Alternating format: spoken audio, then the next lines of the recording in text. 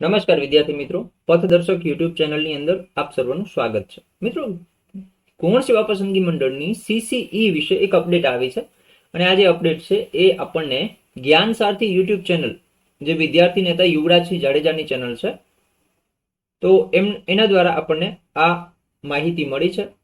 તેનો તમે સંપૂર્ણ વિડીયો જોવા માંગતા હો તો તમે જ્ઞાન સારથી યુટ્યુબ ચેનલ ઉપર જઈને જોઈ શકો છો, જેમાં તમને ફોરેસ્ટ અને સીસીની અપડેટની માહિતી તમને ત્યાં મળી રહેશે. અહીંયા આપણે માત્ર ને માત્ર જે સીસીની અપડેટ છે એની જે વિડીયો ક્લિપ છે અહીંયા કને આપણે જોવાના છીએ. તો સૌથી પહેલા ચેનલને સબસ્ક્રાઇબ કરી દો અને તમારા વધુમાં વધુ જે સીસીના ઉમેદવારો છે એમના સુધી શેર કરો. અને ફોરેસ્ટના ઉમેદવારો છે એ જ્ઞાન સારથી યુટ્યુબ ચેનલ ઉપર જઈ અને આખો વિડીયો જોઈ શકે છે, જેમાં તમને ફોરેસ્ટની અપડેટ મળી જશે. તો વિડીયોને લાઈક કરી દો અને ચેનલને સબસ્ક્રાઇબ કરી દો.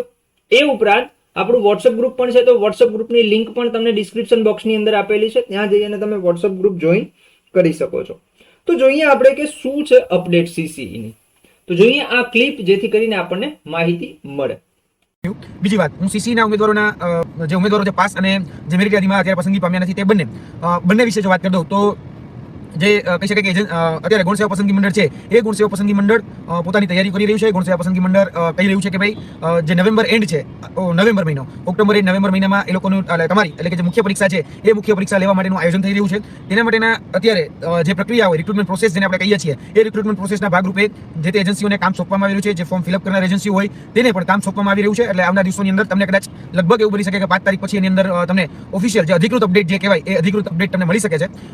જે લોકો મેરિટ યાદીમાં પસંદગી પામ્યા નથી, જે ખાસ કરીને કહી શકાય કે જે કેટેગરીના 7 ગણા ઉમેદવાર છે અને જે નોટિફિકેશનની અંદર જે ઉલ્લેખ છે તે બાબતે જે ઉમેદવારો લડી રહ્યા છે, અને ખાસ કરીને જોવા જઈએ તો હું બહુ સ્પષ્ટપણે માનું છું જે સીબીઆરટીનો ભોગ બન્યા છે, હું લાભાર્થી નહીં કહું પણ જે ભોગ બન્યા છે એની વાત કરું છું, કે જે સીબીઆરટીમાં જે નોર્મલાઇઝેશન સિસ્ટમ એપ્લાય થઈ તેને કારણે જે આમ જોવા જઈએ ને તો પ્લસમાં 34 માર્ક અને માઇનસમાં 20 માર્કનું જે વેરિએશન આવ્યું છે તેના ગેરલાભાર્થી, બરાબર છે, એ લોકો ક્યાંક ને ક્યાંક પોતાની જે માંગણી એ સીએમ પાસે રાખવાની હોય કે પછી ભરતી બોર્ડના અધ્યક્ષ સુધી રાખવાની હોય તે રાખવામાં સફળ રહ્યા છે. સૌપ્રથમ જો વાત કરીએ તો સામાજિક આગેવાનોનું જે પ્રતિનિધિત્વ મંડળ જે કહેવાય તેમાંથી આજે જે સામાજિક સંગઠનો છે એના લેટર પેડ ઉપર અને સામાજિક અગ્રણીઓ જે છે એ અગ્રણીઓ પોતાની માંગણી, પોતાની જે પણ વ્યથા, જે પણ વાત હતી એ વાત એમને કમલ દેહાણી સમક્ષ મૂકી છે. કમલ દેહાણી પાસે જે આખું જે પેટર્નથી રિઝલ્ટ બને છે એ પેટર્નમાં રિઝલ્ટમાં જે મૂળ વિસંગતતાઓ પેદા થઈ છે અને ખાસ કરીને જે વિસંગતતા પેદા થઈ છે સીબીઆરટી પદ્ધતિને કારણે નોર્મલાઇઝેશન સિસ્ટમમાં જે પ્લસ અને માઇનસ માર્કના જે વેરિએશન છે એ વેરિએશનમાં આ બાબત પેદા થઈ છે. તો તેને સમજાવવામાં ક્યાંક ને ક્યાંક સફળ રહ્યા છે અને એમાં જે બને એવો કોઈ વચલો રસ્તો કાઢવા માટે પણ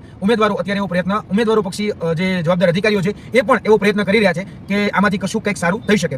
બીજું કે આજે એક પ્રતિનિધિત્વ મંડળ જે પાસ થયેલા ઉમેદવારોનું હતું તે પણ સીએમ પાસે પહોંચ્યું હતું અને 2 કે 3 એવા અમારી પાસે 2 સંગઠનોના કહી શકાય કે પ્રતિનિધિત્વ મંડળના 5 લોકો ગયા હતા કે ભાઈ જે મેરિટ યાદીમાં પસંદ નથી થયા એવા 5 લોકો તે પણ સીએમ પાસે પોતાની વેદના, પોતાની વ્યથા રજૂ કરવા માટે પહોંચ્યા હતા.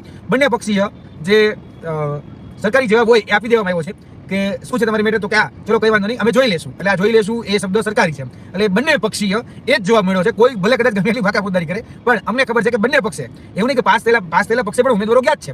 ફેલ થયેલા ઉમેદવારો એ કહી શકાય કે 2 વખત, 5 ઉમેદવારો 2 વખત ગયા, અલગ અલગ ઉમેદવારો, તો એ પણ સીએમ સુધી પહોંચી શક્યા છે. પોતાની વાત એમને પણ રાખી છે. બીજું જે સામાજિક સંગઠનો છે એ સામાજિક સંગઠનોએ પણ પોતાની વાત કહી શકાય પોતાના સમાજની વાત એ તમામ અગ્રણીઓએ પોતાની રીતે રાખી છે. ખાસ કરીને ઉત્તર ગુજરાતનું જે ડેલિગેશન જે છે, સામાજિક ડેલિગેશનની વાત કરું છું, તેમને પણ પોતાની વાત જે છે, બરાબર, એસસી એસટી ઓબીસી સમાજની પણ એ પોતાની જે વ્યથા વેદના હતી એ સીએમ પાસે રજૂ કરી છે અને કહ્યું છે કે ભાઈ આમાં અમારા ઉમેદવારો છે એ ઉમેદવારો સાથે અન્યાય થયો છે, તો તમે આ સીબીઆરટી પદ્ધતિને કારણે જે અન્યાય થયો છે તો તેમાં થોડીક રાહત આપો, જેથી કરીને ઉમેદવારો કહી શકાય આગળની જે ફર્ધર એક્ઝામ જે છે એટલે કે મુખ્ય પરીક્ષા જે છે તે તકથી વંચિત ન રહે. આ પ્રકારની વાતચીત સામાજિક સંગઠનો દ્વારા કરવામાં આવી છે. આ બંને પરિપ્રેક્ષમાં ન્યુટ્રલ રહી અને આ વાત મૂકવામાં આવી છે. આવતીકાલે અમારા દ્વારા પણ પ્રયત્ન થશે કે આવતીકાલે અમે પણ એવો પ્રયત્ન કરીએ છીએ કે આજે પણ જે લોકો એવો પ્રયત્ન કરી રહ્યા છે કે ગ્રુપ બીની પરીક્ષા જે છે ઓફલાઈન પદ્ધતિથી લેવાય, તો અમે એવો પ્રયત્ન કરી રહ્યા છીએ કે ગ્રુપ બી પરીક્ષા જે છે એ ખાસ કરીને જે અત્યારની જે વર્તમાન સિચ્યુએશનમાં સીબીઆરટીનો જે ભોગ બની એને એટલું તો ધ્યાનમાં રાખ્યું છે કે અમે ઓફલાઈનના પક્ષે રહેવાના છીએ. એટલે અમે એ પ્રયત્ન કરવાના છે કે જે લોકો આજે પણ એવું કહી રહ્યા છે કે ઓનલાઈન પદ્ધતિ અને સીબીઆરટી પદ્ધતિથી લેવાવી જોઈએ, એનો તર્ક હશે, કદાચ એના લાભાર્થી પણ હશે. ઘણા એવા લોકો જે છે કે જે મેં જોયું છે ટ્વિટરની અંદર પોતાના માર્ક કહેતા હોય ને પછી 20 માર્ક વધી ગયા હોય, એવા ઉમેદવારો જે છે એ જ લોકો અત્યારે રજૂઆત કરવા માટે પહોંચ્યા હતા. એટલે એ લોકો એવી રજૂઆત કરી રહ્યા છે જે સીબીઆઈટીના લાભાર્થી છે, જેના ભૂતકાળમાં એને પોતાનો રો સ્કોર અને પોતાના આફ્ટર નોર્મલાઇઝેશન માર્ક એને કીધેલા છે. એટલે અમને ખ્યાલ આવ્યો કે આ તો ભાઈ સીબીઆઈટીનો લાભાર્થી છે અને એ જ વ્યક્તિની અમે જ્યારે અરજી એ જોઈ છે ત્યારે પણ અમને ખ્યાલ આવી ગયો કે શા માટે આ લોકો એ સીબીઆરટીનો આગ્રહ રાખી રહ્યા છે. પરંતુ અમે આ પરીક્ષા ઓફલાઈન પદ્ધતિથી લેવાય એ આગ્રહી છીએ અને અમારું સ્ટેન્ડ એ પરીક્ષામાં ક્લિયર છે કે ગ્રુપ બીની જે પરીક્ષા જે નવેમ્બર મહિનામાં લેવાનું સરકારનું આયોજન છે એ ગ્રુપ બીની પરીક્ષા અત્યારે શું રિઝલ્ટ આવે છે મને નથી ખ્યાલ, પરંતુ જ્યારે પણ જે પણ રિઝલ્ટ આવે XYZ આ 5 ઉમેદવારો જે છે હું એના પક્ષીએ પણ માંગણી કરું છું કે હવે આ પરીક્ષા ઓફલાઈન પદ્ધતિથી જ લેવામાં આવે. એ પ્રકારનું આયોજન આવતીકાલે અમારા દ્વારા પણ કરવામાં આવ્યું છે. અમે પણ સરકારશ્રીને રજૂઆત કરવાના છીએ કે આ જે પરીક્ષા જે છે, કારણ કે આવતીકાલે મંગળવાર છે, તો આ મંગળવારના દિવસે જે વન અને પર્યાવરણ વિભાગ છે, CMO છે, તેની સાથે સાથે ગૌણ સેવા પસંદગી મંડળ છે કે તેની સાથે વન અને પર્યાવરણ મંત્રાલય, જે અરણ્ય ભવન કહેવાય એ છે, તો બધી જગ્યાની રજૂઆતો થશે અને એવો આગ્રહ રહેશે કે ગ્રુપ બી ની પરીક્ષા ઓફલાઈન પદ્ધતિથી જ લેવામાં આવે. ઓફલાઈન, આમાં કોઈ ઓનલાઈન પરીક્ષા લેવામાં ન આવે.